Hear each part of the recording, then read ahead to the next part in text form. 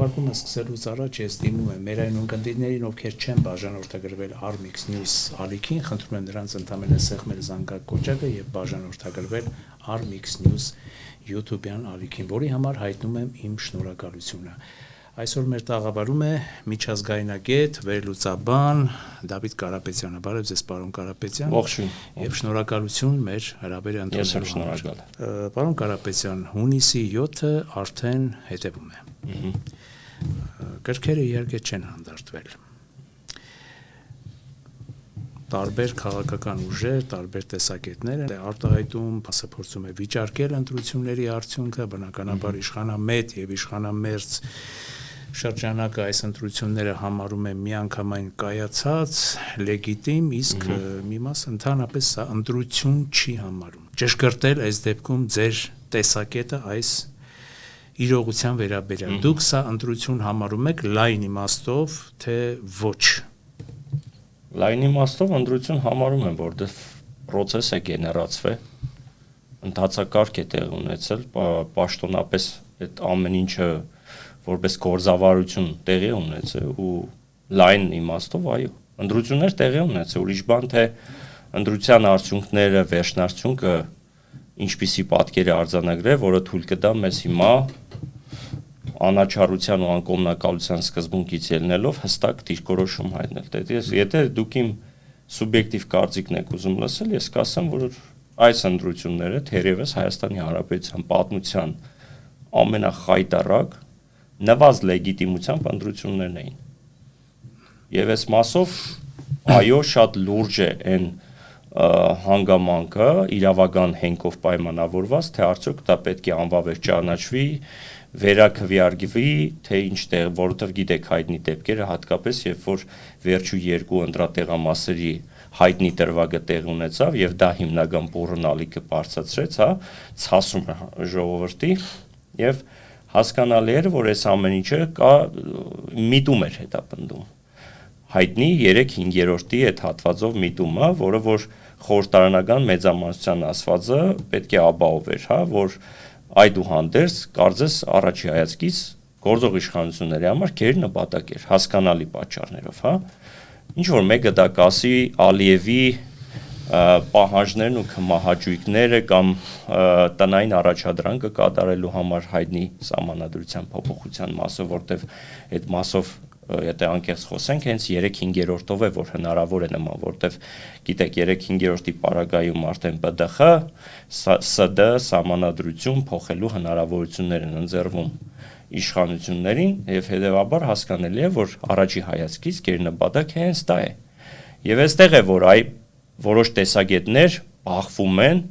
եւ հագոտնյա են դառնում իրար եւ ընդհանրակը գալիս են մի կետի վրա, որը որ բերում է մի իրավիճակ, որ անգամ սթափ գիտագից քաղաքական միտք գրող քաղաքացին չի կողմնորոշում։ Լավ, ո՞րն է ճշմարտությունը այստեղ։ Տեսեք, առաջի հայացքից նայում ենք, որ 49.8, չէ, համարյա 50 եւ 50+ հնարավորություններ իշխանությունը։ Հիմա անկասկած հարց է առաջանում։ Եթե Նիկոլ Փաշինյանը ուզենար 50 եւ ավելի չէր ուզենա, չէր նկարի այդ ամեն ինչը։ Մանավանդ որ ասում են բավականին լավ նկարչական աշխատանք է եղել։ Այսինքն ինքը իր համար պետք է չէ ապահոver 50+ ավելը, որբիսի 3/5-րդ այսպես ասեմ լիարժեք, որբիսի կարողանար անել են, ինչի համար կարծես գեր նպատակ էր տրված։ Կներեք, խոսեցիք նկարչական աշխատանք, այսինքն թվանկարչության, այսինքն ըստ էության ակնարկեցիք ընտրակեղծարարությունը, ճիշտ եմ հասկանում։ Տեսեք, ես իրավական գնահատական չտամ, ես իրավաբան չեմ, դրանով թող իրավաբանները զբաղվեն։ Ես տալիս եմ ուրիշ բան, տեսեք։ Ես ասում եմ, կա այստեղ հետևյալ միտումը, որը որ մարդկանց մոտ տարակուսանք է առաջացնում։ Առողջ դատողության մեջ տեղավորվում է եւ այն հանգամանքը, որ 49.8-ը իրեն պետք էր, որ հենց այդ 50 չլինի, որ գուցե եւ իրոք դերևս իր մոտ կա, չգիտեմ, հայրենասիրական, չգիտեմ, նկարտումներ, որով նա չի ուզում Ալիևի պահանջը բավարար եւ ձերբազատում է իրեն դա, որպեսի պատճառ ունենա Ալիևին, ասի, որ տեսեք, մենք ամեն ինչ արեցինք, բայց դա չստացվեց, թե հակառակը ինքը դա չարեց 49.8-ը, այսինքն 50 եւ ավելի 3/5-րդը չապահովեց, որ հետագայում եղբայր ասենք ոնց է նա ասում, չէ, պատերազմ է լինելու, սարսափելի պատերազմ է սպասվում սեպտեմբերին, չէ, պատերազմ է լինելու եւ էլ, այսինքն կարող ենք, չէ, մտածել, որ եկուց մյուս օր հենց պատերազմը լեգիտիմացնել, իր խոսքերը լեգիտիմացնելու համար, որ հետագայում պատերազմը լինի, Աստված չհարասցե, հողեր էլ հանձնի, հետո մեղադրի հայ ժողովրդին, ասի տեսեք, բա ես ասում էի։ Հիմա այսինքն այս երկու տարբերակները կա եւ հետո տեսեք 3-5-րդի պարագայում, հա, մարդը այսօր հայո կարծես իր նպատակին չէր հասել։ Մի պա ընտրություններում քվեագողություն էր տեղի ունենում ԲՀԿ-ի հաշվին, հետո որոշեցին, որ վերականգնվում է, հետո որոշեցին, որ դա ձեռնտու չի, գործը եւ ինչ որ գործարքներ հետ կուլիսային, հասկանալի, որի արդյունքում որոշվեց, որ այդուհանդերձ ԲՀԿ-ն դուրս է մնում։ Հետևաբար այստեղ հասկանալի է, որ նաեւ այն հանգամանքը հաշվի առնելով, որ նշված օրենսդրության համապատասխան ընտրական օրենսգրքի անգամ եթե մանդատները չվերցնեն այսուհետ այսպես կոչված խորհրդարանական ընդդիմադիրները եւ մուտք չգործեն ազգային ժողով, միևնույն է ազգային ժողովը չի ցրվում, գիտեք։ Ազգային ժողովը իր բնականon հունով շարունակում է իր աշխատանքը։ Այսպիսին է այս ընտրական օրենսգիրքը։ Սովորաբար պրակտիկորեն մյուս երկրներում այդպես չէ, այսինքն խորհրդարանը չի ձևավորվում, երբ որ մանդատ չեն վերցնում։ Հիմա այդտեղ է գալիս, որ հիմա կա այ նաև իրենց մոտ կա հետևյալ սցենարը։ Ընդ որում, եթե մարդկանց մոտ տպավորությունը թե իշխանականները շատ հանգիստ են, լոյալ են, շատ լավ են տրամադրված, անգամ այսպես չագերտավոր պարաժենանում, դե եկեք մտեք խորհրդարան կամ մի մտեք, ես ես վստահեցնում եմ, այնտեղ լինելու է եւ մարդագողություն, եւ Գեգամ Նազարյանական ինչ որ միտումներ, որբիսի հասկանալի է իրենց ներքաշեն, այսինքն խորհրդարանական ընդդիմությունից իրենց թվե, որբիսի հենց այդ մաքուր 3-5-րդը գա, եթե բանը հասնի դրան, որ այդ գործառույթը եթե ստանձնելու է, ստանձնի, անի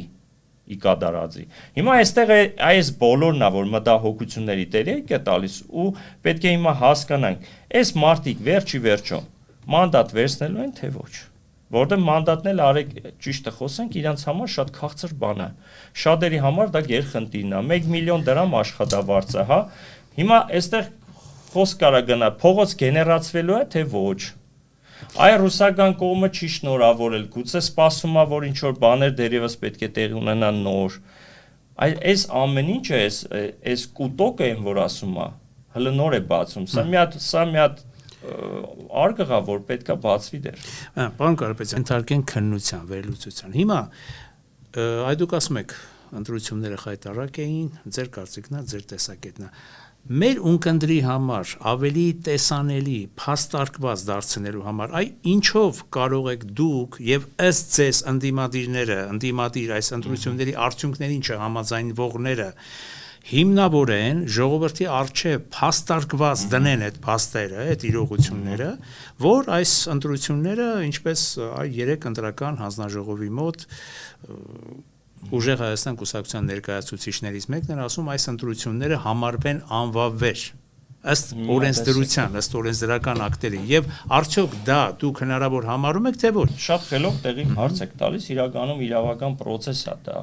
որը գեներացվել է, ընդ որում միասնության թևերի դեմս Արման Թաթոյանը դա գեներացրել է։ Այսինքն անվավեր ճանաչելու process դիմումը ներկայացվել է կենտրոնական ընտրական հանձնաժողով, այդ մասով զարմանալի է, որ հələ որ պաշտոնապես ինչքան ես տեղեկացված եմ, նրանք են մենակ տվել։ Եվ այստեղ է, որ հիմա ուզում ես հասկանաս, հիմա օրինակ Սամվել Կարապետյանի թիմը, Կարծեմ Քոչարյանի թիմը ասեց, որ չենք վերցնելու մանդատ, հետո կարծիքա փոխ եղան, թե ինչ այդպես տարակարծություններ են հնչում։ Համենայն դեպս այստեղ է, որ պետք է հասկանանք, նրանք միահամուռ մեկ ճակատով հանդես գալու են եւ մեկ կոնկրետ որոշումով, ճանապարհային քարտեզով, գործիքա կազմերով, որովհետեւ որպես այդպեսին առաջի տպավորությունը, տեսեք, ժողովուրդը իհարկե սա մի քիչ էմոցիոնալ հիմա խոսակցություն մասն է, ես հիմա իրավական կողմն եք ասեմ։ Ժողովրդից թվար զանգված ասում է եղբայր, հենց այդ բարձր ցուցիչը, որ մենք մասնակցել ենք ընտրությունների, հա, շատ բարձր ցուցիչով էր։ Ի զարմանս մեզ, որ ես դա ողջունում եմ։ Դա ցուցիչ էր, որ նրանք եկել են հենց ձեզ են քվեարկել, որպեսզի հենց Նիկոլի վերարտադրությունը չլինի։ Հիմա այսինքն ասում են դուք էլ ինչ խղճով, ինչ նամուսով դուք պետք է վերցնեք այդ մանդատը, գնաք այնտեղ Նիկոլի ընդդիմություն խաղաք, բոքսի տանձիկի կարգավիճակ ստանցնեք, մի քիչ կոպիտ է հնչում կռեհիկ, բայց հանրությունը այդպես է մեկնաբանում։ Այնտեղ տարակարծություններ կան, մենք գնում ենք վերցնենք, որովհետեւ հենց ձեռքը բռնենք, որ որիշ գործիքներից չկարողանա օգտվի, հա, օրինական գործիքներից, որը որ հնարավորություն տալիս է 61 պլյուս падգամավորների թվականակով, հա։ Հիմա ձեզ կվերցնեն, թե չեն վերցնի։ Հիմա հակված եմ կարծելու, որ խելոք վերցնելու են։ Իմ մոտ այդ տպավորությունն է, որ այսպես գեղեցիկ փաթեթավորված պաթետիկ մտքերով վերջում տանելու են նրան, որ այո, դա պետք է վերցնել։ Այսինքն անգամ դա վերցնում ենք, որ այդ սահմանադրական այդ մեծամասնությունը իրենցով չլինի, այսինքն նենց լինի, որ 3/5-րդը չաբահովեն։ Հիմա այս տրամաբանությամբ իրանք տեսեք, հենց ինչի ես նախապես ասեցի, այս սահմանադրությամբ եւ այս օրենսդրությամբ ընդրական, իրենք այս ամեն ինչը կարող են մարսել անգամ առանց ընդդիմություն ունենալու։ Ուրիշ բանա, որ իրենց մոդել ներքին խնդիր կա իրականում, շատ լուրջ խնդիր կա, թե ոնց են իրանք աշխատելու առաջիկա 5 տարին, առանց խորհրդարանական ընդդիմության։ Դա աբսուրդ մարազմի ժանրից է։ Այստեղ է, որ հիմա պետք է հասկանանք ընդդիմությունը։ Փողոցն են գեներացնել։ Դե այդ եմ ասում, հիմա պետք է տեսնենք փողոց են գեներացնում, դրա համար ասեմ, հիմա մանդատ են վերցնելու, թե փողոց գեներացնեն։ Դե հիմա ուրեմն պետք է երևի սպասենք։ Փողոց գեներացնեն։ Հարգելի մանուկ, եթե փողոց պետք է գեներացնեն, իրենք պետք է հասկանան, որ փողոցի թագավորը Չագերտավոր Նիկոլն է։ Ինչի, որովհետև փողոցով եկածը լավ գիտի փողոցի նույնիսկ հիմա ինքը չէր որ փողոցով եկավ։ Ինքն էր, չէ՞ որ, այսինքն տարի անցել։ Կապ չունի։ Երևակայեք ինքը լավ տիրապետում է այդ բոլոր օրենքներին եւ ժողովուրդը մի հատ կներեք մի քիչ քրեական ենտամշակույթի բառ եմ օգտագործել ինքը իր գործի մեջ կանցավիկ է հիմա նրանք կանցավիկ պետք է դառնան որպես այդպեսին որ ամեն ինչը դնեն մի կողմ այն որ պետք է իրանց ունեզրկի հնարավորությունը չէ արդեն խոսում է այդ մասին բացեի բաց հա դատավորի դեր ստանալ ունեզրկելու է էս եմ անելու բան ասեցիք եթե ունեզրկման մասին կներեք խոսք գնաց այսօրվա լայվով էլի Նիկոլ Փաշինյանի ամենայն լրջությամբ ասենք, եթե Նիկոլ Փաշինյանը արդեն մտադիր է գնալ ունեզրկման ճանապարհով, որ ինչպես ինքը ասեց, կոպեկին կակա ասի ընդդիմադիր դաշտը, ուրեմն այդ կա լավ, ասենք փող, ասենք այդ կանցավիկներն էլ կարող են լինել, բայց այդ նրանք կուզենան այդ կանցավիկներին բերել փողոց, որ նրանց ունեզրկի, օրինակի համար։ Այո, հիմա տեսեք, ժողովրդի մեջ պատտվում է նաև դա իմ կարծիքը չի։ Ես լսում եմ մարդկանց հետ եմ շփվում։ Մարդիկ գիտեք ինչ ձև են մտածում անգամ։ Ասում է, այս մարդը դատավորի անմեղության կանխավարկածը դրած մի կողմ։ Այս մարդը ուղիղ տեքստով ասում է, ես ժողովրդից անունը դնելով ժողովրդավարական բաստիոն ժողովրդի քվե մանդատ ստացած մարդ, ես գործում եմ ժողովրդի անունից, ասում եմ, քեզ պետք է ունեզրկեմ, քեզ պետք է նստացնեմ, ոչ մի կերպ դրա տակից չի կարա դուրս գա, որովհետև դա քաղաքական հայտարարություն անգամ չի, դա իրավական հայտարարություն է։ Ինչի, առաջինը բացատրեմ։ Եղբայր, եթե դու գիտես, որ իրանք կաշառակեր են, լրտես են, գործակալ են, ագենտ են, հա, ինչու գործ չես հարուցում մինչև հիմա։ Խիչ կա մի հատ քրեական գործ, այսինքն չեք դատում այդ մարդկանց։ Եթե այդպես է, չեք վարվում այդպես, ուրեմն ինչ եք անում դուք։ Իրավական լեզվով դա կոչվում է զրբարդություն։ Ուրեմն դուք զրբարդում եք։ Եթե դու ասում ես հանցագործ, շպիոն, գործակալ, չէ՞, հրապարակայինորեն նման մտքեր, չէ՞, բառերը, դա այդ բառերը լուրջ իրավական լուրջ բան ունեն, չէ՞ իրենց մեջ ծանրակշիռ բառեր են։ Պարոն Ստեփանյան, քննչական մարմինը դատախազությունը ուր է։ Այսինքն սա հաղորդում չէ հանցագործության մասին։ Հաղորդում է չէ հանցագործության մասին, այսինքն չպետք է վարույթ հարուցի, չպետք է քրեական գործեր հարուցվեն։ Եթե նման հիմքեր կան, բայց վերջինս ընթացք չի տալիս, եթե նման հիմքեր կան, ու ընթաց չեն տալիս, ապա սա ինչի մասին է խոսում։ Դա էլ հարցի մյուս կողմը։ Վերադառնամ, որ ասեցի դա իմ միտքը չի, հանրության միտքն է։ Հանրությունը ասում է, եղբայր, ես մարդիկ օրինակ, դե շատ հասարակ բանով, չէ, ինտուիտիվ նաև մտածում են մարդը, հագամակամա մտածում է, բա որ այս մարդը այսպես դրել է չորով ուզում է ունեզրկի, նստացնի, հա, կզասնի, հա, ամոթել է իր փոխարեն ես եմ այդ բառերը ամաչում արդաբերեմ։ Այդ մարդիկ, որ երեկով տեսնում են, որ անգամ էգզիստենցիալ վտանգի առաջ են իրանք կանգնած, գլոխը չեն ուտելու այս մարդու։ Անկամ զակաց տալու մասին են խոսում, ժողովուրդը հասկանում ես, ասում է կարող է նույնիսկ այդ բանին անեն, գնան անգամ այդ քայլին։ Հիմա ես ասում եմ, ոչինչ այս երկիրը մարտի 1-ա տեսել ժողովուրդը, այս ժողովուրդը հոկտեմբերի 27-ա տեսել։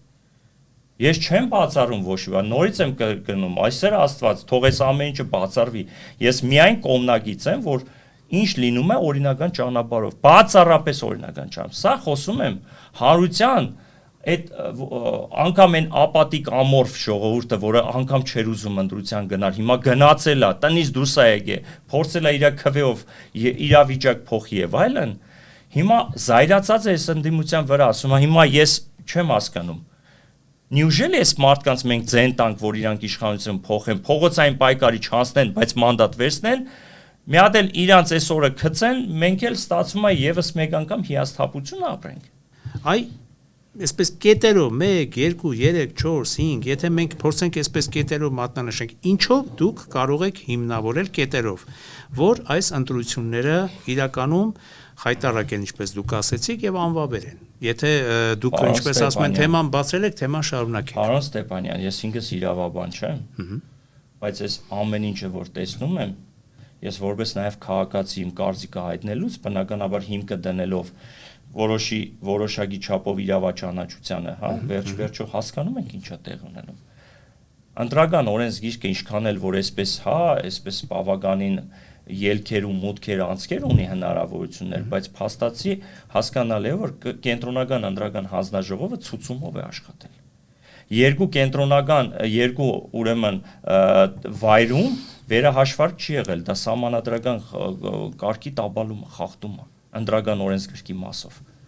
Հիմա ձեր հարցին ուղիղ պատասխանում եմ իրավաբանական հեմքով։ Այս մասով բնականաբար սահմանադրագետներ իրավաբանները ձեզ ավելի մանրակրկիտ կասեն, բայց փաստը դա է։ Այն չեմ ասում նոնսենս է այս դեպքը, վերաքվեարկության հնարավորություն եթե պետք է լիներ այդտեղ, չեղավ։ Երկու ընտրատեղամաս ընդհանրապես ցայները չեն հաշվել, դա աննորմալ է, դա չէր կարելի թույլատրելի չէր դա։ Միայն դրանով կարելի է եւ ոչ միայն մի վարյան։ Պարոն Ստեփանյան, абսուրդի ժանրի չի, երբ որ ասում է, հա դե տեխնիկական վրիբագ է եղել, օրինակ մարդը գերհոգնած է եղել ֆիզիկապես, միտող ներքև է եղել, մի 200 թիվ չի գրվել, այնտեղ թղթի վրա գրվել է տեխնիկական վրիբագ է եղել, մեխանիկական խնդրի պատճառով մի 400 ձայն այնտեղ է կորել, արդյունքում 4000-ից 5000 ձայն վեր ու վար է եղել։ Դա նորմալ է, 4000-ից 5000 ձայն։ Այսինքն նորմալ է, երբ որ ժամանակագիտ տեխնոլոգիան դրած այդքան օգնող ուժը կա, հա, ասեն գիտեք, այդքան վրիբակ չի կարող, վրիբակ լինի լավ 100, 200, լավ 500,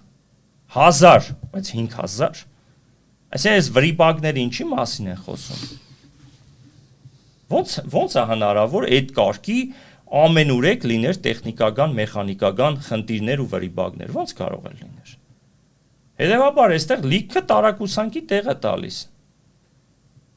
Հասկանում ենք, չէ, որ այս մարդկանց գերի նպատակը 50+1-ներ։ Մարդը ասում էր, մեզ պետք է 3/5 առնվազն։ Թե չէ, սեպտեմբերին ճակատագրական պատերազմ ալներ, Սարդարապատի նման, հա, ոնց որ ասում էր։ Մեզ էլ ասում թուրու թվանք վերցրեք, չգիտեմ ինչ վերցրեք,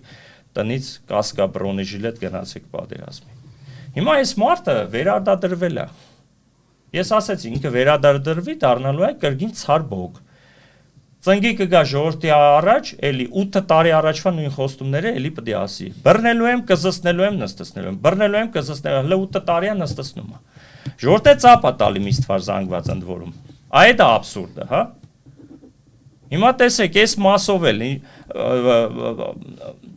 ասում է, բանը Ալիևը չի շնորհավորել, Պուտինը չի շնորհավորել։ Հա Ալիևին չի պետք է շնորհավորի։ Ալիևի նպատակը սահմանադրության փոփոխությունն է, որը խոստացվել է, որպես տնային առաջադրանք։ Նա հիմա պետք է կատարի, որ շնորհավորի։ Այս մարդը դժգոհ է մեծ հաշվով։ Այս մարդը այս վերջում, այս վերջի իրադարձությունների շեմին մի բանից էր ուրախ, որ դե ֆակտո եւ դե յուրե հասավ նրան, խոսքը Ալիևի մասին է,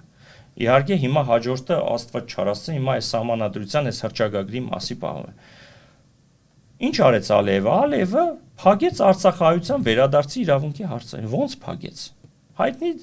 ձևով արեստականորեն մտցրեց այդ 300,000 ադրբեջանցիների հարցը, հագադրեց Արցախահայության վերադարձի իրավունքի մասով։ Փաշինյանն էլ ինչ արեց։ Փաշինյանը վերցրեց այդ հարցը փակեց փոխադարձության սկզբունքով։ Այսինքն մենք հրաժարվում ենք Արցախի վերադարձի հարցից, դուք այդ 300,000 այդ մտածածին ադրբեջանցիների վերադարձով։ Մարտը փակեց այդ հարցը։ Միջազգային իրավունքի տեսանկյունից մենք ունենք մեծ լուրջ խաղաթուղթ, որ կարայինք օգտագործել, եւ դրանք հակադրելի չէին։ Մարտը այդ հարցը փակեց։ Բայց ո՞նց է փակել, պարոն Կարապետյան, ո՞նց է փակել, եթե հունիսի 18-ին կներեք տեղի է ունենալու Արևմտյան Ադրբեջանի այդ համաժողովը, ո՞նց է փակել։ Համաժողովը ինքը թեման տակ պահում է։ Խոսքը իրավական փակելու մասով է։ Ինքը իրավաբանորեն փակում է, որ հայկական կողմը պաշտոնապես հայտարարել ու դա եղավ, որ Հայաստանը այդուհանդերձ հրաժարվում է Արցախի վերադարձից, Արցախահայության վերադարձից։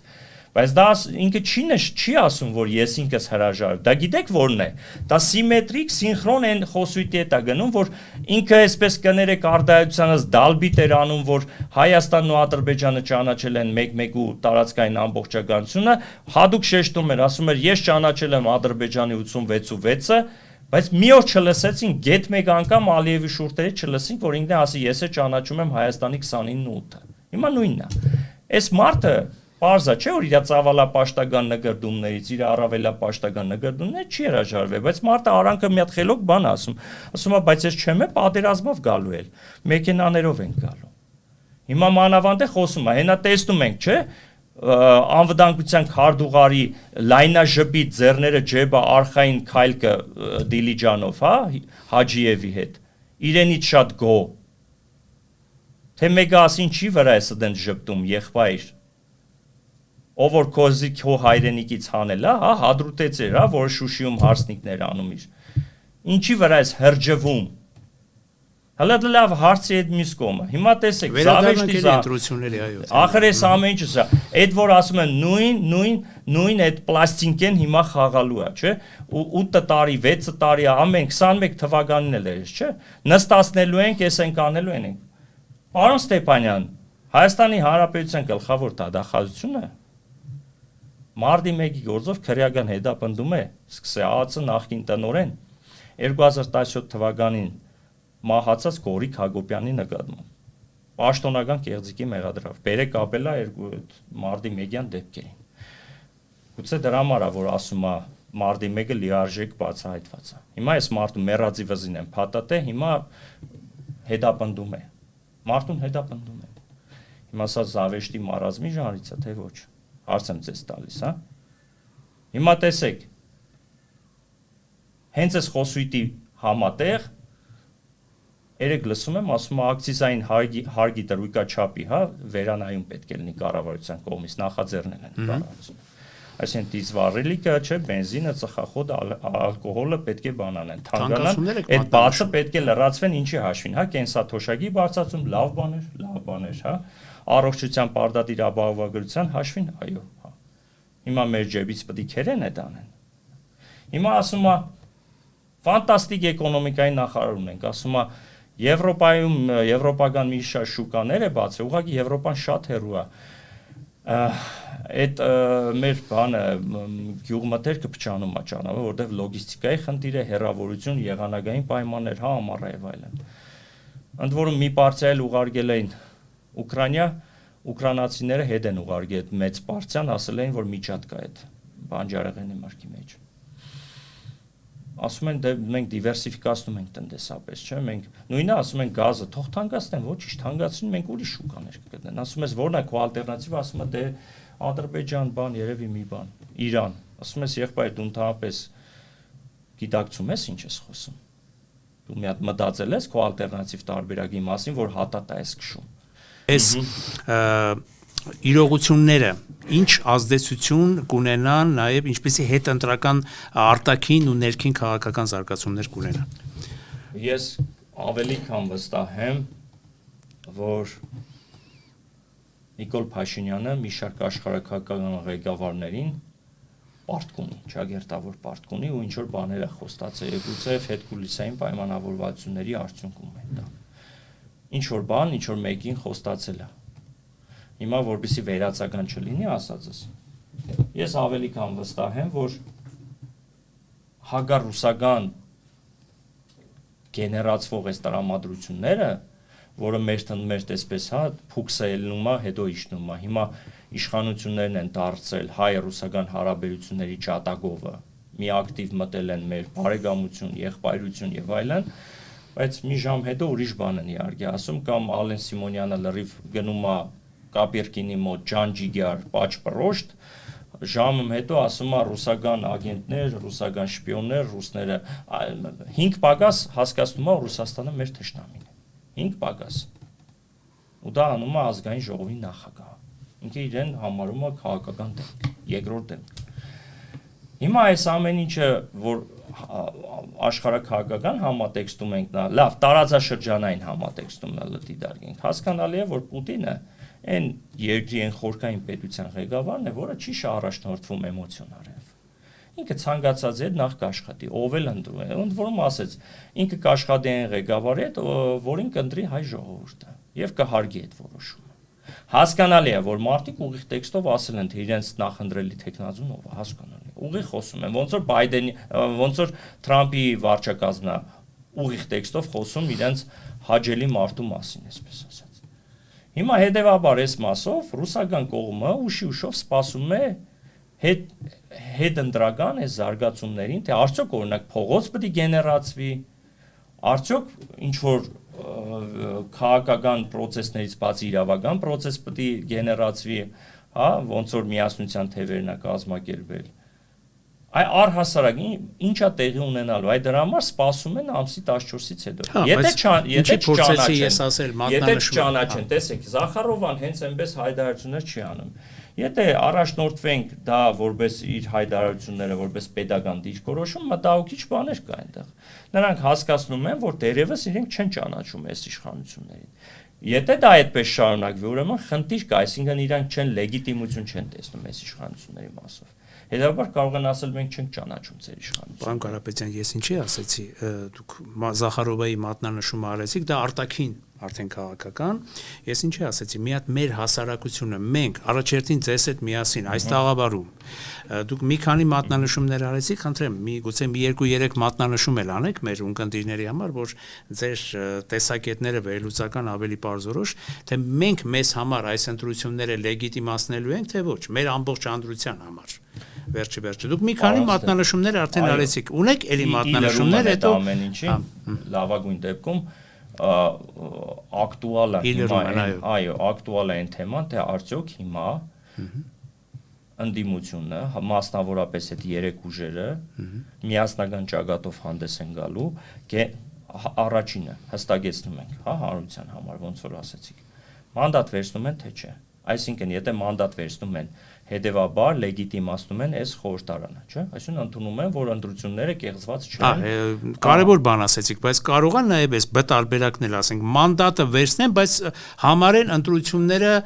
ոչ օրինական։ Չէ, այտենց ոնց կա, դա հակասական մանդատը եթե վերցնում են, մտնում են խորհրդարան, ուրեմն լավագույն դեպքում իրանք չեն կարող ասել, որ դա լեգիտիմ չի։ Ուրեմն իրենք էլ լեգիտիմ չեն։ Այդ դեպքում ստացվում է եղբայր, դու լեգիտիմ չես, իրենք լեգիտիմ չեն, քո մանդատը վերցած իրենց մանդատը ոչ լեգիտիմ է։ Ծայրահեղական քայլ է, ստիպողական քայլ է եղել, կասեմ, վերցրել ենք, որ գնանք պայքարենք։ Իրանք իրանց էլ են արդեն հագասում։ Հիմա ուրիշ բան է, մի հատ ուրիշ գին է, հենց այս մանդատ վերցնելը, պարոն Ստեփանյան։ Մանդատ վերցնելը կինո է հիմա իրանց համար, որտեղ արդեն իրանք հայտարարել են, որ ամբողջությամբ ծերից ծեր անդրակեղծիկներ ա եղել, այն կողմը ասում անդրակեղծիկներ ա եղել, բայց իտավո ինքը ասում է իմ ընտրությունները համարում եմ կայացած ու մտնում եմ խորհրդարան, աբսուրդ է։ Իշխանությունները ասում են անդրակեղծիկներով ամբողջությամբ, այսինքն ասում է կես միլիոն մարդ, պայմանականորեն կես միլիոն մարդ փող ա վերցրել, որ գնա ընտրության ընտրի այս մարդկանց։ Մարդը նաև մեզ ա մեղադրում, հասկանում եք, հայ ժողովրդին մեղադրում է մոտ 500,000 մարդու մեղադրում է անդրակեղծիկների կատարման մեջ, այսինքն փողով քվեն վաճառելու մեջ, պատկերացնում եք։ Այս կողմն էլ ասում է, ահա, իրենք օգտագործել են իշխանական ռեսուրս, կեղծել են եւ այլն։ Հիմա այս համես կողմնա մանդատը վերցնում գնում նստում այդ խորհրդարանում, աբսուրդ է, չէ՞։ Համ իրենք գնան։ Հիմա ժողովուրդը չի ասի, ես մի անգամ էլ ինձի խապեցիք, գցեցիք։ Հիմա պատկերացնում եք խորը հիասթափության աստիճանը ժողովրդի։ Հիմա որ դուք հարցնում եք, ես ուղիղ ասում եմ, մանդատը հիմա վերցրեցին, համարվում է այս ընտրությունները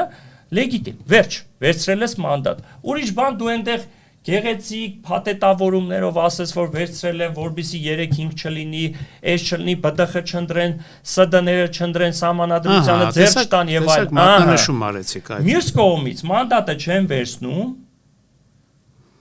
ինչ են առաջացնում, կոլապս են առաջացնում, այսինքն խորհրդարանական ճգնաժամ են առաջացնում, փողոցային պահիկար են գեներացնում։ Ես էլ ասեցի, եթե իրենք այ հայտնի բառը երկրորդ անգամ կանցավիգեն այդպես կգնան այդ քայլին։ Մանավանդ գիտակցելով այդ լիդերները, որ իրենց ուն է զրկելու են, դատելու են։ Դատավորը, որ դատավոր է, վճիռը կայացնելու համար, հա, սկի տարիներ է տևում, մինչև դատական ակտ է կայացնում, վճիռը կայացնում։ Այս մարդը կանգնած անունը դրել է քաղաքական հայտարարություն եմ անում, իրավական հայտարարություն անում։ Դրա համար ասեցի, եղբայր, բա գործ հարուցեք, այսքան տարի ինչի մարդ գործեք։ Տեսեք, ցույց է տալիս, որ Քոչարյանը ու Ծառուկյանը երկրից մեկնում են օտանավակայանում իրենց բան։ Ամբողջ մամուլը հեղեղել են, նախ ասեմ, որպեսզի տպավորություն չի, ոչ մեկի մաշկի լույսը չի։ Բայց հանուն արտարության։ Եղբայր, այդ մարդիկ նախ իրանք կարող է շաբաթը 10 անգամ տարբեր երկրներ թռնեն գան։ Տարբեր գործառույթներ, անձնական, ոչ անձնական, էական չի։ Դու մի անգամից վերցնում ես քո իշխանական մամուլով, տարածում ես փախնում են, մենք բռնեցինք։ Բա որ բռնել ես,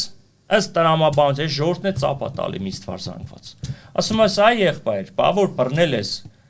եթե դա համարվում է երկրից փախուստ, վերնագրել ես, վերտառությամբ գրել է փախնում էին երկրից, բռնեցին, փորձում էին լքել երկիրը։ Եղբայր, դա իրավական տեսանկյունից նշանակում է, ուրեմն դու բռնում ես իրանց, եթե իրենք փախնում էին, գործ ես հարուցում, կալանավորում ես, ձեռները կանդալում ես ու տանում ես բաժամունք։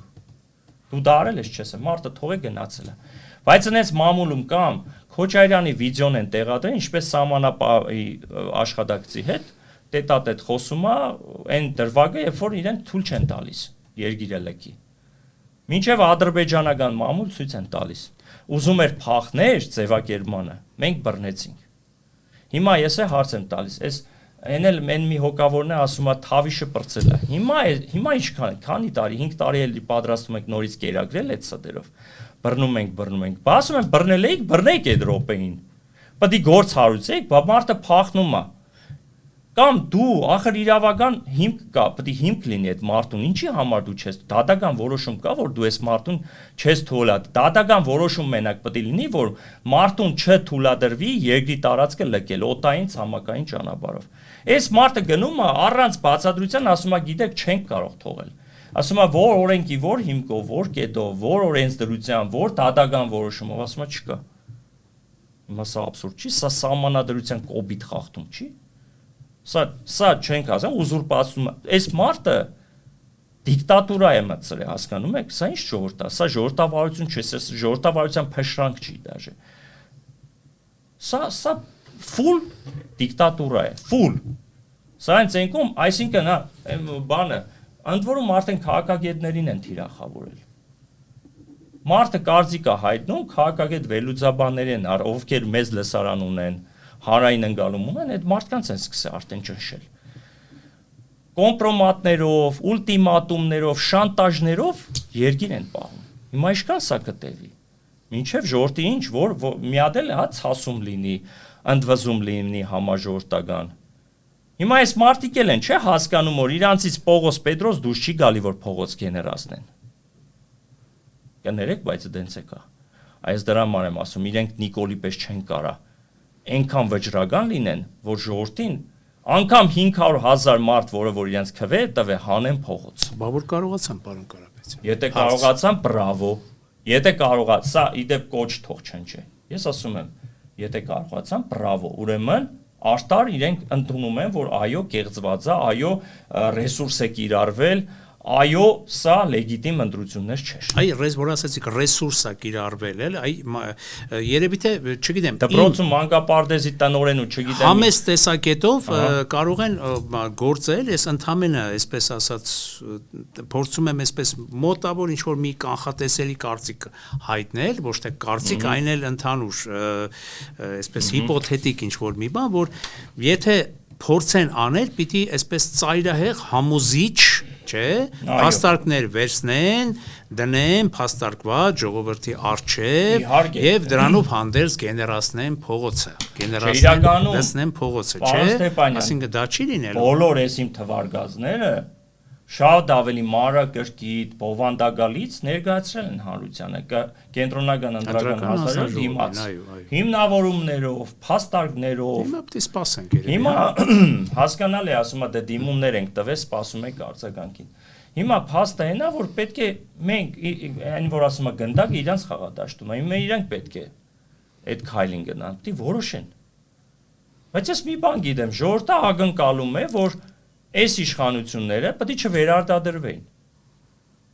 Դրա համար են շատերը, այս ապատիկ ֆոնից, այս ամորֆից դուրս եկել, գնացել են ընտրության։ Հիմա այդ մարդիկ ասում են, եղբայր, հիմա դուք շարունակ, այսինքն դուք այսքանից հետո գալիս սաղից ասում եք, որ կեղծվել է։ Ընդ որում են կողմն էլ ասեց իրանցը իրար հերթին է, նրանք են ասում կեղծվել է, բայց ընտրակաշառքա բաժանում է, բայց լեգիտիմ են համարում այս ընտրությունները։ Абսուրդ, հասկանում ես, որ պրոստը մանդատի համար են իրանք աշխատում։ Իրանց համար այդ պատգամավորի ստատուսն ու 1 միլիոն դրամն է, որ ձեռնտու է ու պետք է։ Հիմա հասկանում ես, որ այս մարդիկ խորը հիասթափության մեջ ասում են, եղբայր, հիմա կողմնորոշվեք, համ ասում եք խախտվել է, սա օրինական չի, լեգիտիմ չէ ընտրությունները, համ մանդատ եք վերցնում։ Դուք ինքներդ ձեզ եք հագասում, ծիծաղի առարգա եք ձեզանից սարքում։ Սպասենք զարգացումներին, փորձեմ ես ինքս, քանի որ ես ինքս եմ եթերը վարում, դուք տեսակետներ եք արտահայտում, փորձենք երևի թե մեր այսօրվա զրույցը ավարտենք սպասողական ինչ որ մի ակնկալիքներով ամենայն սպասողական դրական ակնկալիքներով երևի հաջորդ անգամ որ հանդիպենք արդեն որոշակի իրողությունների մասին կխոսենք։ Այսօր մի տեսակ սպասողական վիճակ է։ Այո։ Շնորհակալություն, որ եկաք։ Ես եմ շնորհակալ։